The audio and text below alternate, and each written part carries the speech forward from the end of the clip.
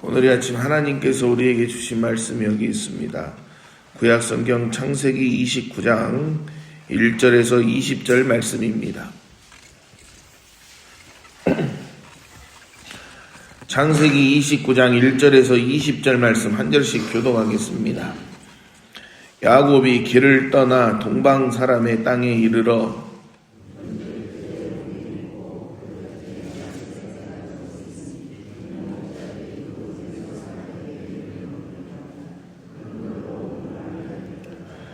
모든 때가 모이면 그들이 우물 아기에서 돌을 옮기고 그 양떼에게 물을 먹이고는 우물 아기 그 자리에 다시 그 돌을 덮더라.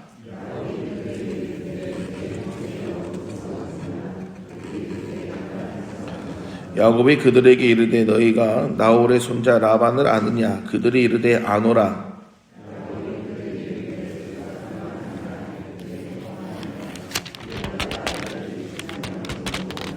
야곱이 이르되 해가 아직 높은즉 가축 모일 때가 아니니 양에게 물을 먹이고 가서 풀을 뜯게 하라.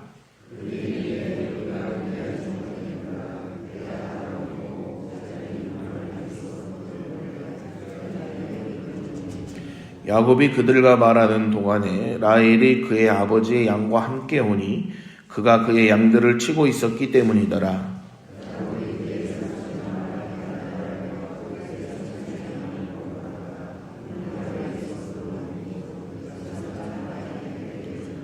그가 라헬에게 입맞추고 소리내어 울며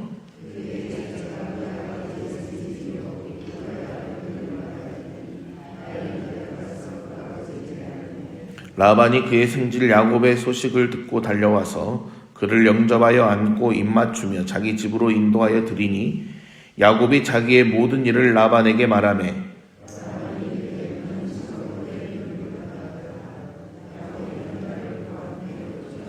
라반이 야곱에게 이르되 네가 비록 내 생질이나 어찌 그저 내 일을 하겠느냐. 내 품삯을 어떻게 할지 내게 말하라.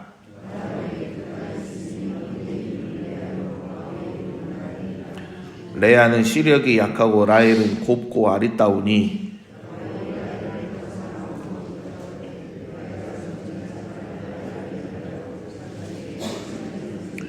라반이 이르되 그를 내게 주는 것이 타인에게 주는 것보다 나으니 나와 함께 있으라.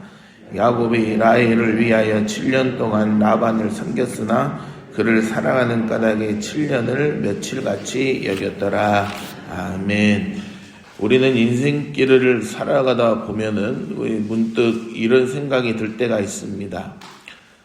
지금 나 혼자 버티고 있는 것은 아닌가? 이 길을 나 혼자 걸어가고 있진 않는가. 앞은 보이지 않고 옆에는 아무도 없는 것 같고 마음은 점점 지쳐갈 때 말입니다. 오늘 본문에 나오는 야곱이 바로 그런 상태였습니다. 여러분 지금 야곱의 상황이 어떻습니까? 형님을 속이고 아버지의 축복을 가르쳤지만 그 대가는 혹독했습니다. 집을 떠나 먼 길을 홀로 걸어갔습니다. 도와줄 사람도 없고 미래도 불확실합니다. 완전히 인생 광야 한복판입니다. 그런데 오늘 말씀은 우리에게 아주 분명하게 말씀합니다. 야곱은 혼자가 아니었습니다. 오늘 우리에게 주신 말씀을 단순히 야곱의 결혼 이야기로 보면은 핵심을 놓치게 됩니다. 이건 더 큰 이야기입니다. 무슨 이야기입니까? 바로 하나님의 언약이 이어지는 역사입니다. 창세기 12장에 하나님이 아브라함에게 약속하셨습니다. 그리고 창세기 24장에 이삭의 결혼 하나님이 인도하셨지요. 그리고 창세기 28장에 야곱이 베델에서 약속을 다시 확인합니다. 그리고 바로 오늘 29장 본문입니다. 이 흐름 속에서 중요한 사실은 이것입니다. 하나님은 약속하신 것을 반드시 이루시는 분이라는 것입니다. 자, 오늘 본문 말씀을 보시면은 아주 재미있는 흐름이 나옵니다. 야곱이 우물에 도착했는데 마침 거기에 누가 있어요? 목자들이 있어요. 그 목자들에게 물어보니 또 마침 하란 사람들입니다. 또 물어보니 마침 라반을 안다고 합니다. 그런데 더 놀라운 것은 그 대화를 나누는 바로 그 순간에 마침 라반의 딸 라헬이 양떼를 몰고 나타납니다. 그냥 우리는 이 말씀을 읽었지만 어떻게 딱딱딱딱딱딱 맞지 않습니까? 예, 우리 이 말이 맞을지 모르겠지만 아구가 맞게 돌아가는 거예요. 모든 것이 자연스럽게 이어집니다. 사람들이 보기에는 전부 우연이에요. 그러나 이것은 우연이 아니라 섭리입니다. 믿음의 눈으로 보면 다릅니다.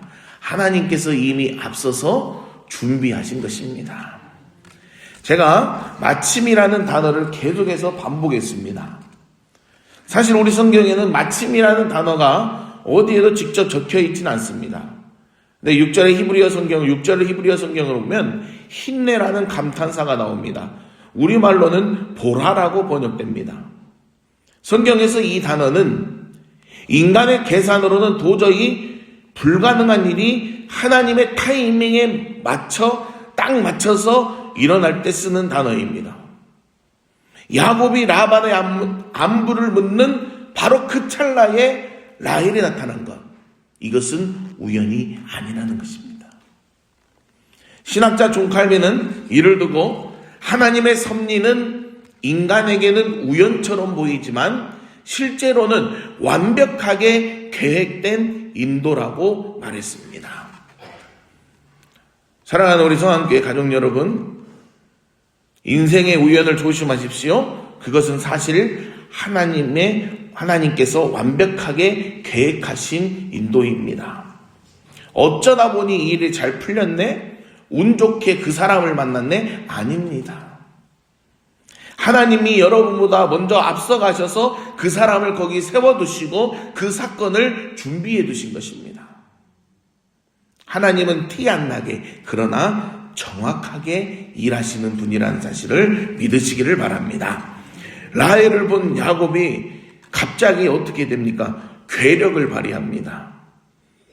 여러 장정이 달라붙어야 옮기는 우물 덮개 돌을 혼자 번쩍 들어 옮깁니다. 그리고 라헬을 붙잡고 소리내어 크게 웁니다. 이 눈물은 단순히 예쁜 여자를 만나서 기뻐서 우는 눈물이 아닙니다. 하나님이 정말 나를 잊지 않으셨구나. 베델에서 약속하신 대로 나를 여기까지 인도하셨구나라는 안도와 치유의 눈물입니다. 한 신학자는 이 부분을 야곱이 여기서 처음으로 하나님을 삶 속에서 경험했다라고 설명합니다. 우리의 신앙도 야곱과 같은 과정을 지나야 됩니다. 말씀으로 아는 하나님을 어떻게 하는 거예요? 삶으로 경험하고 알아야 된다는 겁니다. 다시 한번 말씀드립니다. 우리의 신앙도 야곱과 같은 과정을 지나야 되는 거예요. 말씀으로 아는 하나님을 삶으로 경험할 수 있어야 된다는 겁니다. 이 경험은 단지 힘들 때만 일어나는 것이 아닙니다. 흔히 힘들어야 하나님을 만난다. 이렇게 생각하기 쉽습니다. 하지만 오늘 야곱의 이야기를 보십시오. 광야에서만 하나님을 만난 것이 아니라 우물가에서 사람을 만났고 대화하고 연결되는 그 평범한 순간 속에서도 하나님을 경험하고 있습니다. 고난 속에서도 하나님은 일하시고 평범한 일상 속에서도 하나님은 여전히 일하고 계십니다. 지금 힘든 길을 걷고 계십니까? 그 자리에도 하나님이 계십니다. 지금 별일 없는 평범한 하루를 살고 계십니까? 그 평범함 속에서도 하나님은 여전히 일하고 계십니다. 내 인생의 모든 순간순간이 하나님을 경험하는 자리임을 꼭 기억하시기를 간절히 부탁드립니다. 이후 야곱은 라반의 집에서 7년을 일합니다. 성경은 야곱이 라헬을 사랑해서 7년을 며칠같이 여겼더라고 기록하고 있습니다. 여러분, 우리가 아는 것처럼 라반은 쉽지 않은 사람입니다. 라반은 야곱보다 더한 속이는 자였습니다. 그렇다면 하나님은 왜 야곱을 그런 힘든 환경에 두셨을까요? 왜 야곱을 힘든 환경에 두셨을까요? 칼빈은 하나님이 라반을 통해 야곱을 훈련하고 교정하셨다고 말합니다.